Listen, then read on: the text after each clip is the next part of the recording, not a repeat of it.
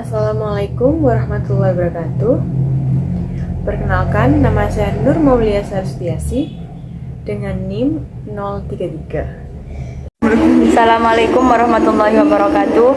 Perkenalkan, nama saya Radifah Hidayatullah, biasa dipanggil Diva, dari kelas Kimia B dengan NIM 036. Saya Imariza Valwizi dengan NIM 220603110058.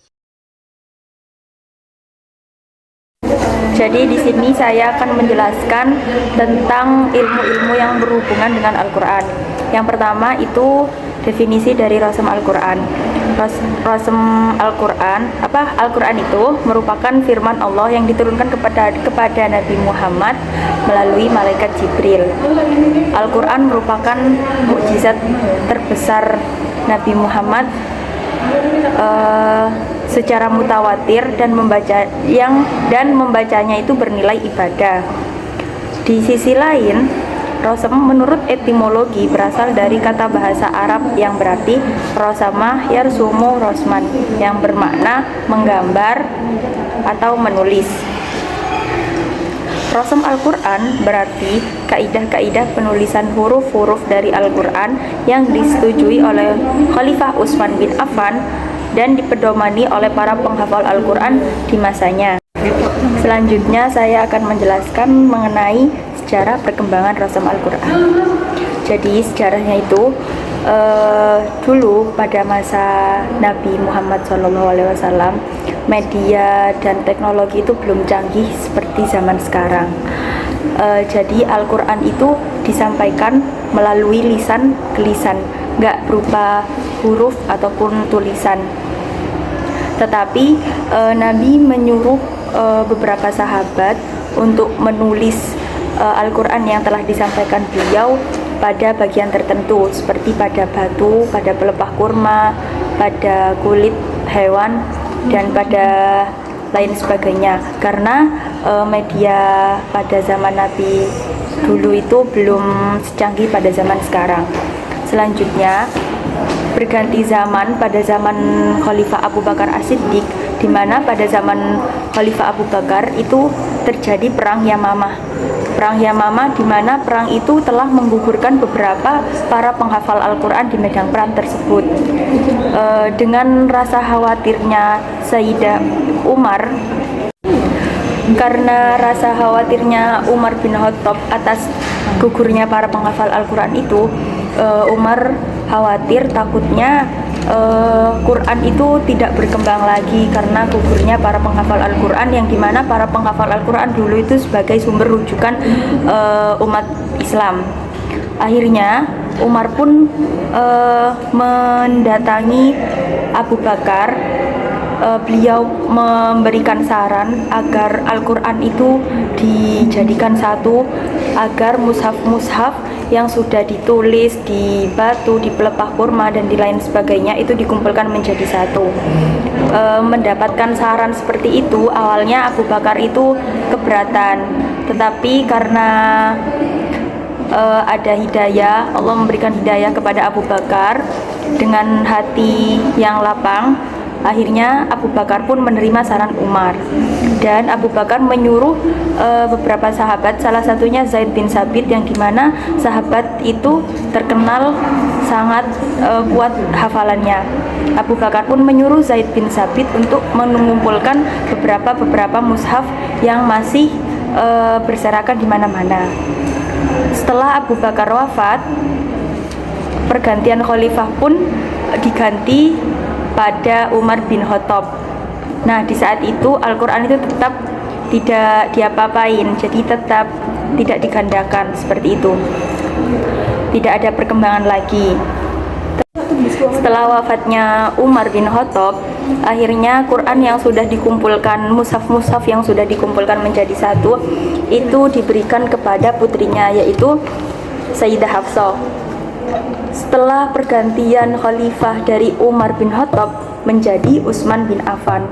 Pada Khalifah Utsman bin Affan itu dulu terdapat beberapa daerah yang berbeda, cara pembacaan, cara pelafalan Al-Quran itu berbeda sesuai dengan daerah-daerah masing-masing. Nah, adanya peristiwa seperti itu sehingga menyebabkan perselisihan antara mereka itu. Baik, selanjutnya penjelasan mengenai nuzul Al-Quran. Pengertian nuzul Al-Quran. Nuzul Al-Quran adalah peristiwa turunnya Al-Quran yang berasal dari Allah SWT kepada Nabi Muhammad SAW yang penuh dengan sifat kemanusiaannya dan suasana manusia pula melalui perantara malaikat Jibril. Selanjutnya, tahapan penurunan Al-Quran. Tahapan penurunan Al-Quran ini ada banyak versi, salah satunya saya masukkan di PPT, yaitu ada 3 tahapan. Yang pertama, penyampaian Al-Quran dari Allah kepada Lauh Al-Mahfuz, yaitu suatu lembaran yang terpelihara, di mana Al-Quran pertama kalinya ditulis pada lembaran tersebut. Yang kedua, turunnya Al-Quran ke langit pertama dengan sekaligus bertetapan dengan malam Lailatul Qadar. Yang ketiga, turunnya Al-Quran dari Bait Al-Izzah secara berangsur-angsur pada Nabi Muhammad SAW melalui perantara malaikat Jibril.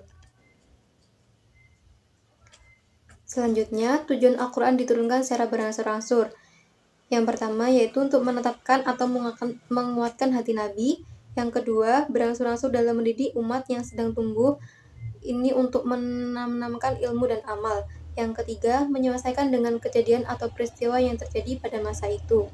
Yang keempat, memberikan isyarat nyata kepada musuh-musuh Islam bahwa Al-Quran adalah kalam Tuhan yang datang dari Allah, bukan perkataan Nabi. Selanjutnya, penjelasan mengenai asbab al-nuzul. Pengertian asbab al-nuzul. Asbab al-nuzul adalah peristiwa-peristiwa yang terjadi pada masa turunnya ayat, baik sebelum atau sesudahnya, di mana kandungan ayat tersebut berkaitan dengan peristiwa tersebut. Fungsi asbab an-nuzul. Yang pertama yaitu mengetahui sisi-sisi positif yang mendorong atas persyaratan hukum, dan ini bermanfaat bagi orang yang beriman dan orang yang tidak beriman. Yang kedua, mengkukuskan hukum bagi siapa yang berpegang dengan kaidah bahwasanya ungkapan Al-Quran itu didasarkan atas kekukusan sebab. Yang ketiga, memastikan makna ayat Al-Quran dan menghilangkan kerancuan maknanya. Yang keempat,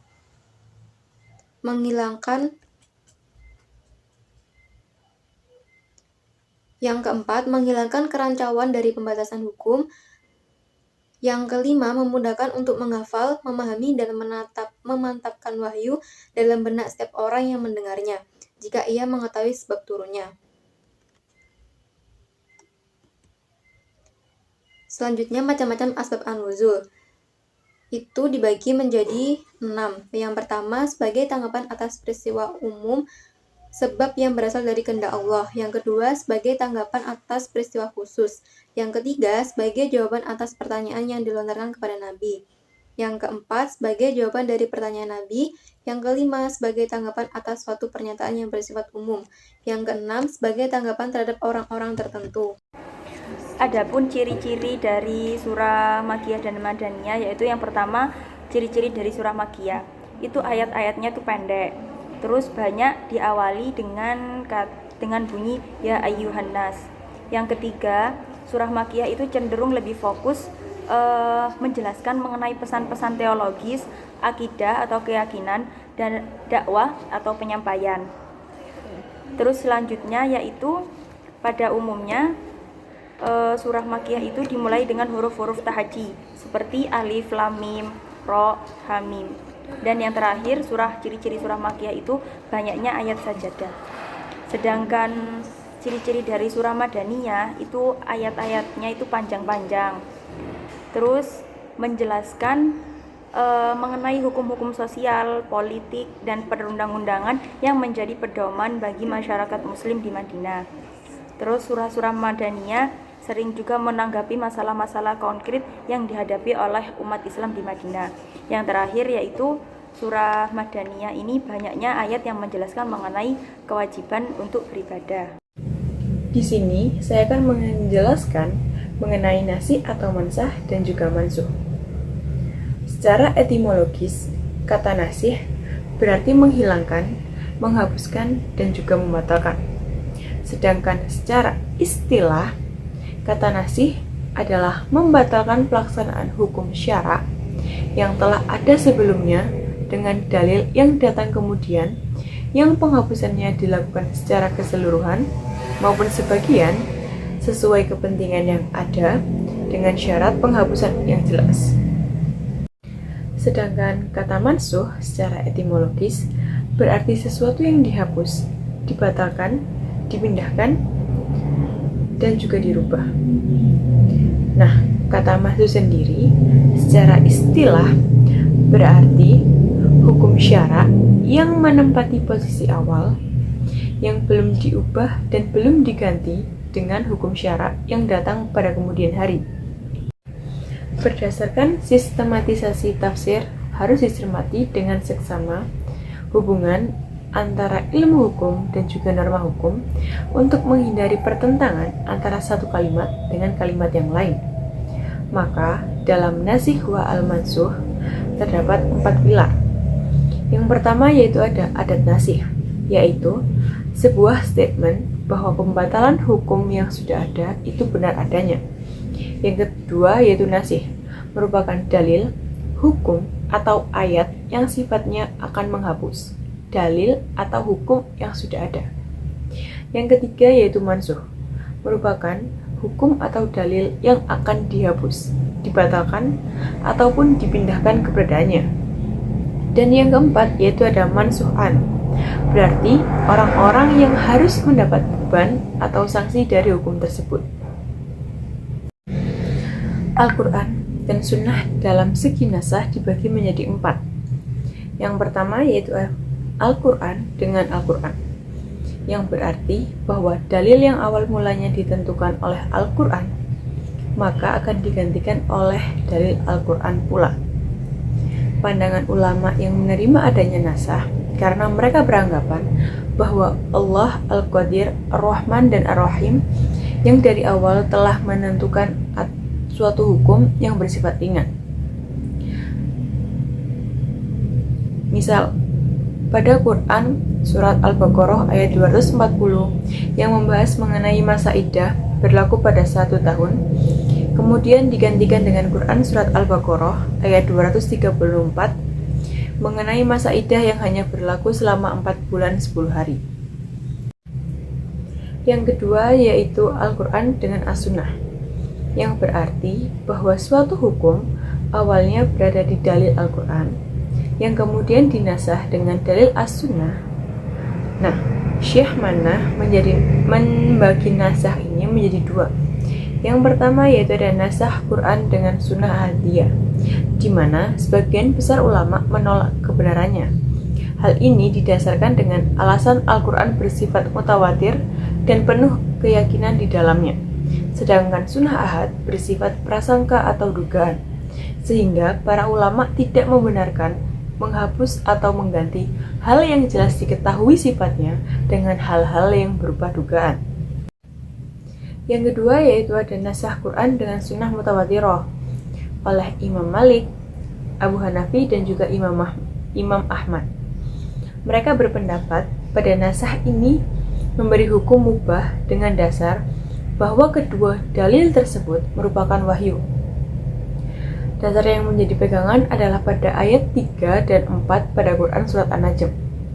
Sedangkan beberapa ulama seperti Asy-Syafi'i, Zahiriyah dan juga Ahmad tidak menyetujui adanya nasah ini dengan landasan ayat 106 pada Quran surat Al-Baqarah. Ulama-ulama tersebut memandang Al-Quran tidaklah sebanding dengan As-Sunnah, sehingga antara Al-Quran dan As-Sunnah tidak boleh ada nasah, karena kedudukan Al-Quran yang lebih tinggi daripada As-Sunnah, sehingga dianggap tidak sah. Yang ketiga yaitu antara As-Sunnah dengan Al-Quran, yang berarti bahwa nasah ini menjadi suatu dalil yang didasarkan pada dalil As-Sunnah, kemudian dinasah dengan dalil Al-Quran. Misalnya saja, pembahasan mengenai arah kiblat yang awal mulanya Baitul Maqdis menjadi patokan arah kiblat bagi umat muslim. Kemudian turun Quran surat Al-Baqarah ayat 144 yang menjelaskan bahwa Ka'bah Masjidil Haram yang menjadi patokan arah kiblat bagi umat Islam.